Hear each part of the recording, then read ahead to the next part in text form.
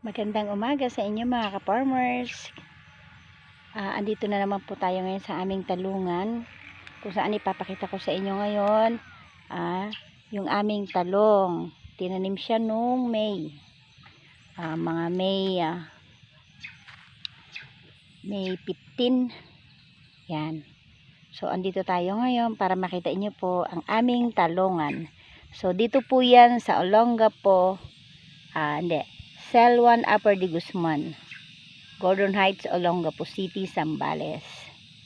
Kahit po highly urbanized ang Olongapo, makikita nyo po dito na mga farmers ay may mga nagtatanim na masisipag sa kabundukan, sa Kabalan, Santa Rita, Iram.